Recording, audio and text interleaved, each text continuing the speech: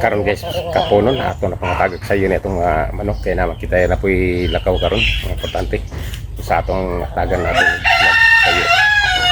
Ugma nato kun maayong timpo nato i-exercise gyud nato ang atong mga manok kay kaganina wa man gyud kita kay mo exercise kanila tungod ka hagipot sa atong oras.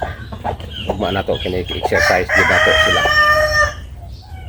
Sigurado ugma sa buntag kun walay ulan ra inyang gabi o ugma ra kay importante jud nila nga exercise jud nato nitong mga manok kay kun walay ehersisyo ang atong mga manok usa jud kini sa nga masibra jud ang pagpangitlog kanila.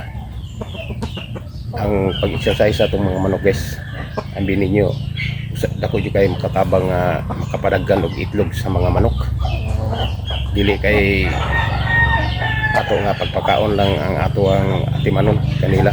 Sunsa pa nato sila pagkaon ang ilang mga kalawasan kun wala jud ehersisyo dili jud kini makatagdag mga itlog. Sa kinahanglan jud nga dili pa nato sila pagkaon, nato jud sila i-exercise nato ni atong mga manok. Mo jud na pinaka-importante natong pag-abuhaton. Kay sa pipila kadlaw nato nga wala ehersisyo ang atong mga manok, siging galuyar ang ilang malawas. Walay kabasbog silang pamation o naobserbahan dyan nato nga ang ilang itlog mikibra jud, minus jud ang ilang itlog.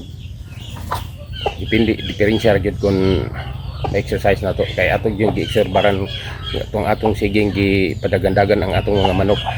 Pag pangitlog nila daggan jud sila itlog, mo jud kanay ato ang naobserbaran na diri sa tuwa pagbuhi ng mga manok. Ambot na sa uban pong mga manok pero para kanato diri sa tuwa naobserbahan jud nato nga mas maayo jud nga ma-ehersisyo jud ang mga manok, makatag jud kini bay-bay nga maitlog nini.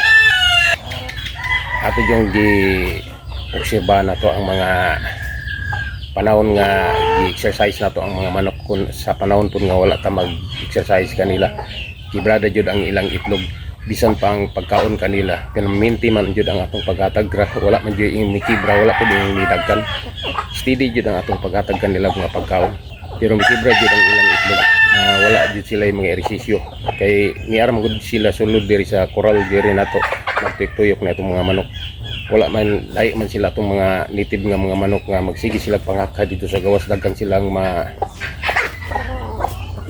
himo dito pag sa gawas kay magsige na silang sulbod ya diri sa tuwa kay dili man ingon nga dako kayong area nga wa po sila kapanghakaan kayo nga mga kasagbutan.